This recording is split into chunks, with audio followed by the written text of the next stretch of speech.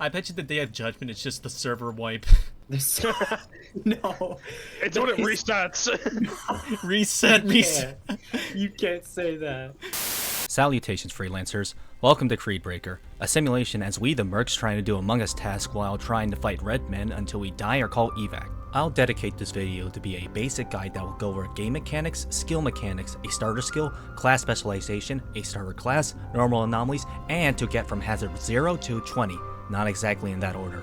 This is not going to require any extreme mouse movements. This is going to be from the ground up, starting with no skills and no class perks. I also recommend doing this in a private server solo or with friends.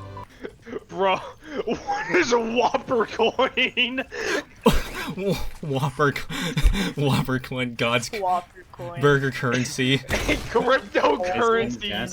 launched by the Russian branch of Burger King.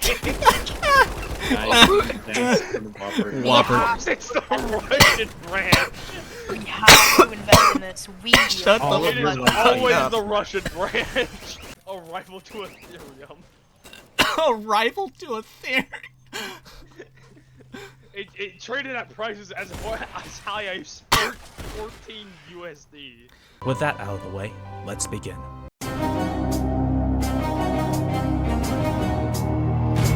Before we go into the field, we need to go over your weapons. Your starting equipment can be the definition of how you start this game. You will start off with a TARC X100, a simple assault rifle, and an Enforcer M10, a light pistol. I recommend changing the TARC X100 to the Enforcer TASG semi-automatic shotgun or the Vitex CRS-10 submachine gun, and changing the Enforcer M10 to the DHP-55 Omesa shotgun revolver. These guns are mostly simple to use as well as being very friendly to new players. For your equipment, you will start with 2 Mark II frag grenades, as well as an auxiliary equipment that you will start with the MTI Stim Mark II. Replace the Mark II frag grenades with the Enforcer Nano grenades in both slots. They are extremely good for area control and can help with a breather. Lastly, keep the MTI Stim Mark II, as this will be your only healing device for now. Now for the class. I believe starting with Avenger would be best due to its extra HP passive, especially when you're starting out as fresh meat. Last thing before you head out, I'm going to go over combat controls. Left mouse is to shoot, right mouse is to aim, E is to interact, shift is to sprint, F is to pull out your auxiliary equipment, plus with right mouse to use it, Q is to melee bash, Z is to pin, R is to reload, and C is to use your special equipment. Now that we got that covered, it's time to send you to the field.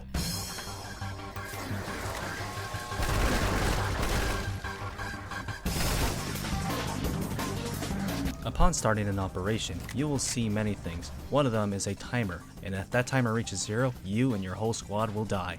The only way to make that timer go up is to activate anchors, which are spread out throughout the map, lettered A from E.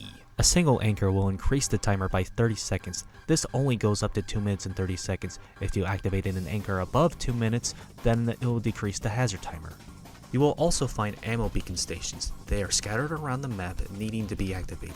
They are a bit longer than activating anchors, so activate them when you have some space in between. Now that I've gone over your goals, I'm going to go over what's stopping you from doing them. Walkers, aka anomalies, are flesh bags from the Dark Plane that are ready to rip and tear. Most of them having fleshy bodies and some of them having armor, so aim for the fleshy parts. Corpse Walkers, the basic types of enemies. They are only strong in numbers. Thorn Walkers are your ranged enemies. They can throw thorns that can apply slow, meaning that you cannot sprint. You can tell if you're slow when you see red veins over your screen. Keep out of their range and you'll be fine. Dreadwalkers, these dog-like foes would scream like a bitch if damaged. If they scream at you, your camo will shift and your screen will be disorientated. Kill them in one shot and they won't be a problem. Gravewalkers, they are extremely fast flesh bags with fast attack speed that can apply slow like Thornwalkers. Since they are all up in your face, I just say melee bash them and shoot them, or throw hands. Ghostwalkers, they are the invisible flesh bags that can give you schizophrenia just trying to find one. You can tell if one of them is near because of their long moan. Don't let these guys get behind you or else they will do a lot of damage. Most guns have laser pointers when aiming. When they turn red, you're pointing it at a walker, and if there's nothing in front of you and your laser still turns red, well, you better start blasting. Toxwalkers, the aerial denial enemies. When they spawn, they make toxic clouds. When attacking, they will throw 3 acid compounds in the spread of an arc that forms toxic clouds. Even when dying, they will spawn one final cloud. Take these guys out quickly before they make the field a poisonous nightmare. Rustwalkers, armored units. Rustwalkers' armor covers most of its body from head to toe, except the back. Stun it or melee bash them, then shoot them in the back to confirm the kill. Bladewalkers, gladiator flesh bags. These guys are a bit tanky as well as only taking 50% damage from all melee attacks. When it takes damage, it raises its shield, blocking its face and most of its body. Aim for its legs. It's the only unarmed part. Nightwalkers, teleporting foes. They are knights with no code nor honor. They can be a bit annoying with their dashes as well, teleport right behind you and stab you in the back. When facing the Nightwalker, keep rushing them. They will teleport immediately to the place that they think you are, and when they warp back into reality, send them back to the hell that they just walk out of. Hellwalkers, Flesh Titans. These big hulking beasts have a lot of HP and can be bullet sponges. It can boost its own speed when taking damage. Like a Blade Walker, it covers most of its face and body when damaged, as well as exposing its legs. Keep your distance with these big fellas. Go for its legs and take them out quickly. Now that we cover anomalies, let's go over skills.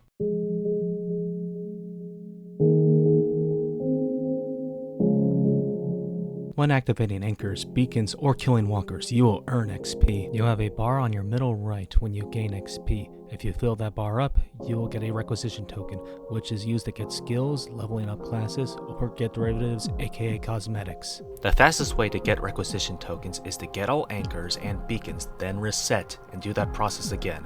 Once you have a requisition token, go to skills. Skills is what makes up 25% of this game. These skills aren't free, you have to pay in acquisition points. Circling back to skills, since it's going to be a basic guide, the first best skill to have is Enforcer Sergeant Major under the Contractor category. This is one of the greatest perks for new players. Equip it and go back into the field and keep grinding for requisition tokens. Going back into the field, if you survive until Hazard 10, you will get a break, as well as get a chance to evac. If you do, a 10-second countdown will begin that will confirm if you're leaving, and if you do, the next thing you need to do is to survive 2 minutes. Do know you don't have to be at the same spot where you're holding out, only at the last second you do, and if you do escape, you will gain 1000 XP if you evac on Hazard 10, and 2000 XP on Hazard 20, and so on and so forth. No matter what, you will get a requisition token. When you grinded at least 12 requisition tokens, we will use that for something special. Classes are going to make up what your playstyle is going to be in your game. Class perks give you 3 perks to choose from. Unlike skills, they do not cost any acquisition points, but you are only forced to pick 1 out of each row.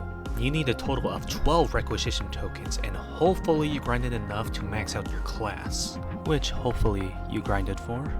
For the class perks that this guide is providing, I recommend going Holdout, Rekindling Blaze, Soul Taker, and Blaze of Glory, or Supply and Demand, Moth's Flame, Wax Wings, and Blaze of Glory.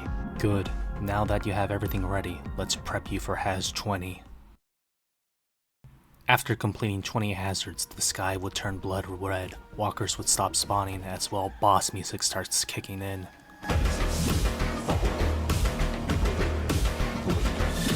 The Scourge of the Doom Knight, the Night Demon. A towering high figure with a staggering health bar of 48,000, scaling of how many players that they are in the game.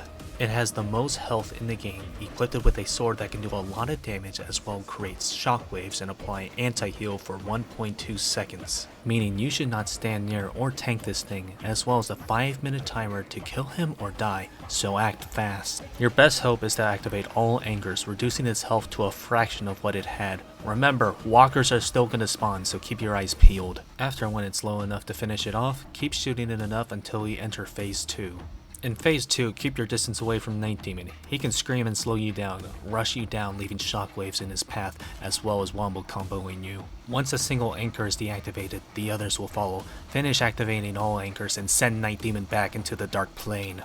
After defeating and surviving Night Demon, you will get 2 more acquisition points as well as getting the achievement, Daybreak. I hope this video helped you make it to Haz 20, as well teach you some things throughout my experience. Well, it's about time you get back out there, freelancers.